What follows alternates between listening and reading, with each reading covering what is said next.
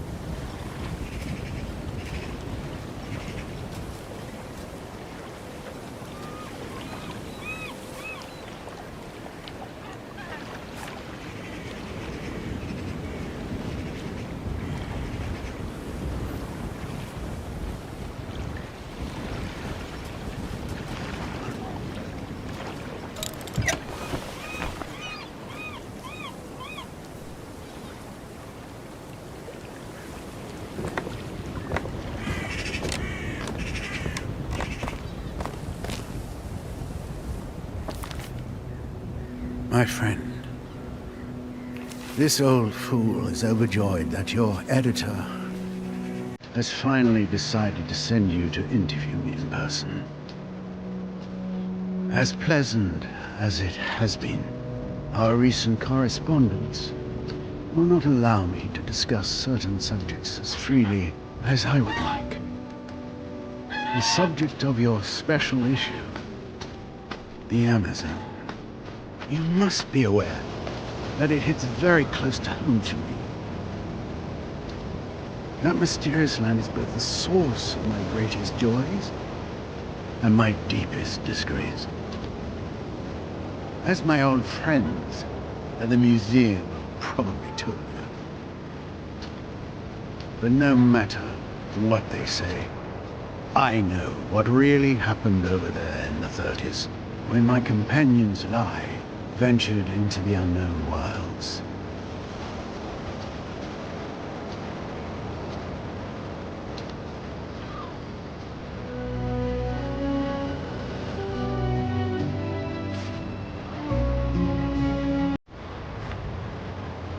My friends and I, we caused harm. Harm that I am determined to heal today. But I need your help. Not only to finally bring my version of what happened to light, but perhaps to do even more. Time is running out. So, safe travels, my friend. I am quite pleased to welcome you to my humble abode. Signed, Professor Alexandre Valenbois.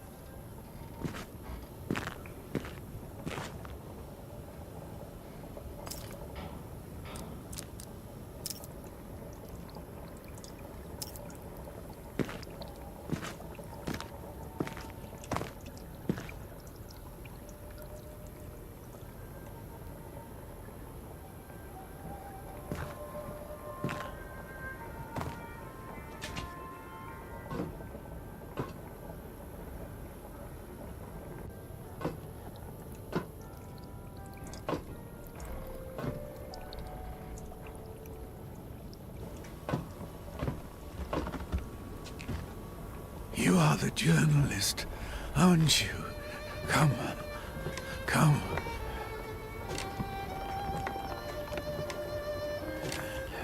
Amerzone. Amerzone. Too late for me. Too late. It's all over for me. I'm no longer in good health, my friend. It's a pity, but what can I do? In any case, Amerzone, all that, no one ever believed me. So,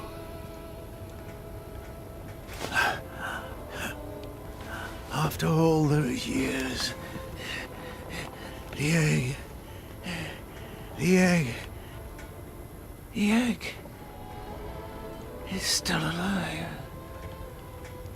Alive. Yes. I had planned to take it back over there to Amerzone.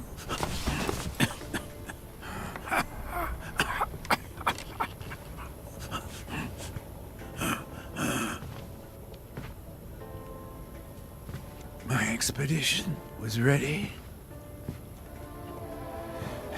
and all planned down to the smallest detail. And now I have no strength left.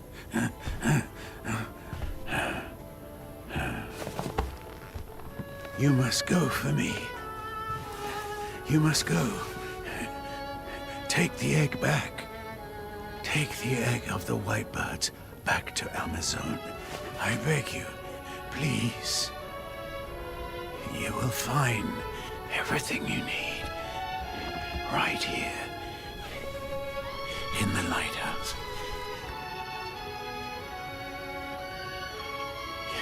You must go to the basement. Please. You must help.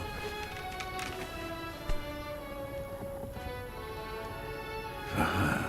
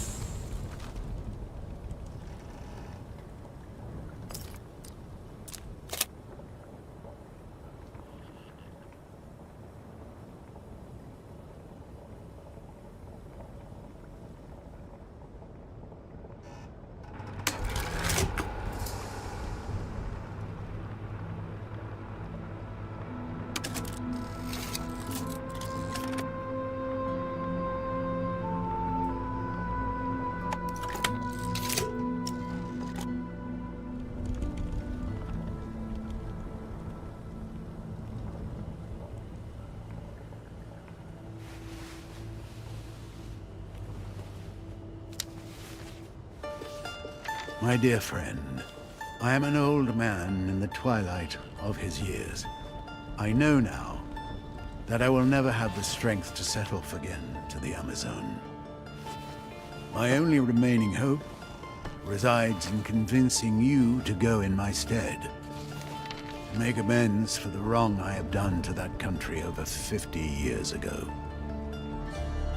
It was in 1929, at the university where I was finishing my studies in natural sciences, that I first heard of the Amerzone. I befriended a young law student from that country. His name was Antonio Alvarez, and he was later to become the despotic leader that we now know today. He suggested going with me as my guide and interpreter until we got to the last steps of civilization in his country.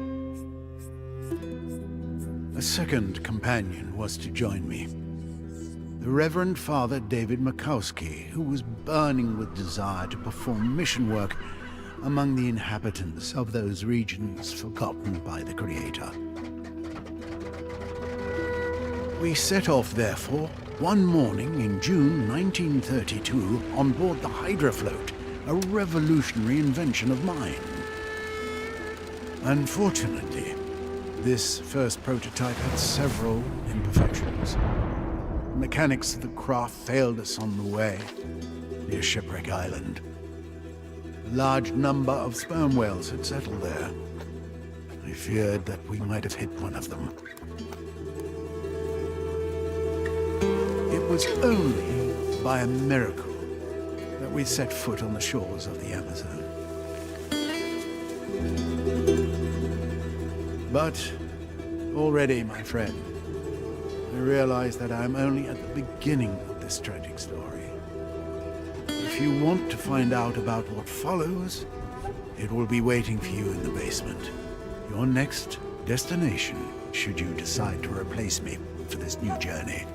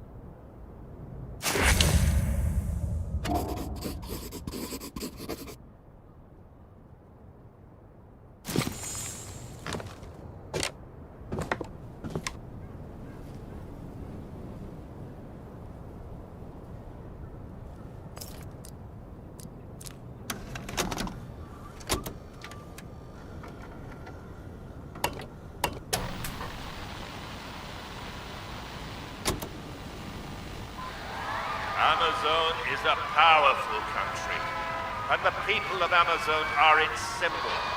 I am the father of the Amazonian people, and as this nation among long live Amazone! Long live progress! Progress will liberate us, separate us from the romantic nonsense of the savages. Progress will burst open the door to the modern world so that we, the people of Amerzone, may enter and take our rightful place.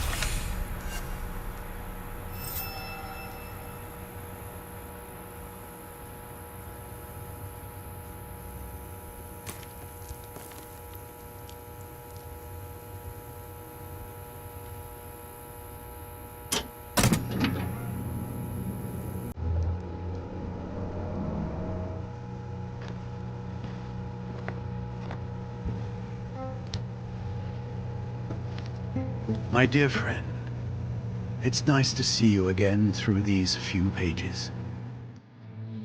The previous ones ended with my arrival in Amerzone with my comrades, Alvarez and Makowski, in 1932. For some weeks, all three of us traveled to Puebla, a fort village upstream of the river Amazon Delta. It was there, in the mouth of an old drunken and erudite Indian, that I first heard of the great white birds. The white birds are dependent on the imposing volcano that rises above the Amazonian jungle. They are majestic skyships of sorts. They glide interminably, taking advantage of the thermals created by the heat from the craters. Every 3 years, one of the females of the colony abandons a single egg that will, all by itself, contain the entire next generation of white birds. But the embryos contained in the egg are subject, it seems, to a brutal alteration in their chromosomes due to the toxic gases that escape the volcano. Left to its own devices, the egg would hatch nasty little black birds with a precarious existence. It is at this point that the intervention of the Ovo Volahos, an indigenous tribe descending from a very ancient and famous civilization of white bird worshippers, takes place. Ignoring the warnings of my companions, I set off towards the unknown, with the old Indian as my guide. After a month of traveling, I reached the Amazon Falls. Then, out of the blue, my guide had left me.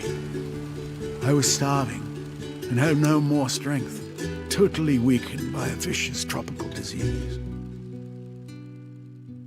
I owe my life to the hospitality of the native tribe living near the bottom of the falls. A young Indian girl patiently lavished on me the care that was necessary for my recovery. To tell the truth, we never left each other after that. Her name was Yekomani. I loved her, and she loved me. And the months that followed were the most beautiful of my long life. But here we are, already approaching the sinister conclusion of this tale, my friend.